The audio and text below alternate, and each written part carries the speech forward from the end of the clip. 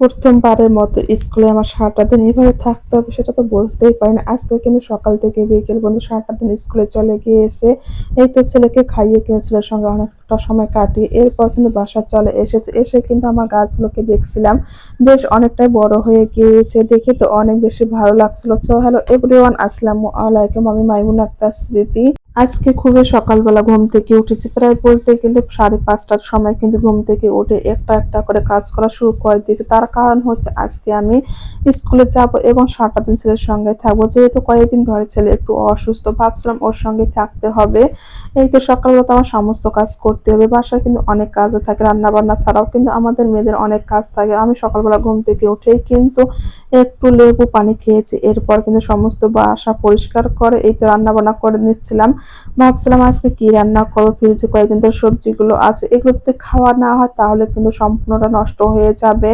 আর কোনো কিছু নষ্ট হলে আমার এত বেশি খারাপ লাগে সেটা বলার মতো না। এই তো আমি কিন্তু বটবটিগুলো কেটে নিয়েছি এবং তার সঙ্গে একটু পেঁয়াজ, মরিচ এবং একটু রসুনও কেটে নিয়েছি। এখন সুন্দর করে বটবটিগুলো রান্না করে নেওয়ার, কালকে যে মাছ রান্না করেছিলাম তার থেকে কিছু তরকারি আছে এবং ভাবছিলাম যে 2টা ডিম ভাজি করে নেবো, এগুলোই আজকে থাকবে। কেননা সকালবেলাটা এত তাড়াহুড়ার মধ্যে কাটে যেটা বলার মতো না। তাছাড়া আজকে যেহেতু আমি স্কুলে যাব, 9টার মধ্যে কিন্তু আমার সমস্ত কাজ শেষ করে আমাকে রেডি হয়েছিল, রেডি করে এবং আপনাদের ভাইয়া কিন্তু 9টার মধ্যে অফিসে চলে যাবে। এর মধ্যে সমস্ত কাজ করে নেওয়ার চেষ্টা করছিলাম। এই তো একটু আলু কেটে নিয়েছি। আর আমার কাছে বটবটিটা আলু দিয়ে ভাজি করে খেতে অনেক বেশি ভালো লাগে। শুধু বটবটি খেতে একদমই ভালো লাগে না।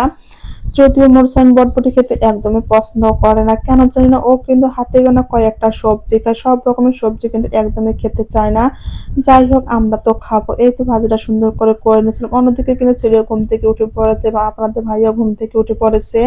ভাবছিলাম যে আজকে কি নাস্তা তৈরি করবো, যেহেতু কিছুদিন ধরে মোরসানের একটু পেটের ব্যথা, আমার মনে হয় গ্যাস্ট্রিকের কারণে এসব হচ্ছে। কিন্তু ওকে আমি চাচ্ছি না যে তেল জাতীয় কোনো কিছু খাওয়ানোর। ও কিন্তু ভাতটাও একদমই খেতে চাচ্ছে না। যাই হোক আমরা কিন্তু হালকা পাতলা কিছু খেয়ে কিন্তু এখন রেডি হয়ে গিয়েছে। এদিকে কিন্তু আপনাদের ভাইয়াও রেডি হয়েছে। এই তো ও কিন্তু পানি খাচ্ছে, পানি খাওয়ার পরে ও চলে যাবে। এরপর কিন্তু আমরা মাসলে চলে যাব। আজকে সারাটা দিন আমার স্কুলে থাকতে হবে। এত বেশি খারাপ লাগছিল, তারপরও কি আর করার, চাইতে হবে। ছেলে যেহেতু অসুস্থ, আর বাইরে কিন্তু বৃষ্টি হচ্ছে মনে হচ্ছে। এই তো জানলা করে দেখলাম পুরো আকাশ একেবারে মেঘলা হয়ে গিয়েছে। যাই হোক বৃষ্টি হলে তো একদমই সমস্যা হয়ে যাবে, সেই জন্য কিন্তু হাতে করে 2টা ছাতাও নিয়ে গিয়েছিলাম মাসলে, যাতে না ভেজে যায়। যাওয়ার সময় হুট করে মনে হলো যে আমি তো ডিম ভাজিটা করতে ভুলে গিয়েছিলাম। আমি কিন্তু ডিমটা সম্পূর্ণ রেডি করে রেখে দিয়েছি। ভাবছিলাম যে একটু পরে ভাজি করে নেব, কিন্তু আমার মাথায় একদমই ছিল না। এই তো ডিমটাও কিন্তু আমি ভাজি করে নিয়েছি। এটা কিন্তু শুধু রুটি দিয়ে আমরা খাবো, সেই জন্য মূলত আমি ডিমটা ভাজি করে নিয়েছি। ডিমটা ভাজি করার পরে আমরা স্কুলে চলে যাই। সকালবেলা যেহেতু আপনাদের ভাইয়া মোরসানকে স্কুলে দিয়ে আসা, আমি কিন্তু টিফিনের সময় এবং ছুটির সময় যাওয়া আসা করে আজকে সারাটা দিন থাকার কারণ হচ্ছে মোরসানের যেহেতু হুটহাট করে পেটের ব্যথা শুরু হচ্ছে। ভাবছিলাম যে ও যদি কখনো অসুস্থ হয়ে যায় তাহলে তো অনেক সমস্যা হতে পারে। সেজন্য কিন্তু হাতের কাজটা সমস্যা শেষ করে স্কুলে চলে এসেছে। আর আজকে কিন্তু আমাকে 3:30 পর্যন্ত স্কুলে থাকতে হয়েছে ওর কারণে। এই তো এই সময়টা টিফিন দিয়েছে, এই সময়টা কিন্তু আমি ছেলেকে খাইয়ে এখানেই বসেছিলাম অনেকক্ষণ ধরে। তারপরে কিন্তু যখন টিফিন টাইমটা শেষ হয়ে গিয়েছিল, আমি কিন্তু নিচে চলে এসেছি এবং মোরসান ক্লাস করেছিল। আসলে না, মা বাবা হওয়ার পর কিন্তু বোঝা যায় যে সন্তানের প্রতি কতটা মায়া ভালোবাসা কাজ করে। আসলে না, সন্তানের কোনো কিছু হলে যেন বাবা মা কোনোভাবেই স্থির থাকতে পারে না। যাই হোক স্কুল থেকে কিন্তু আমরা অলরেডি চলে এসেছি।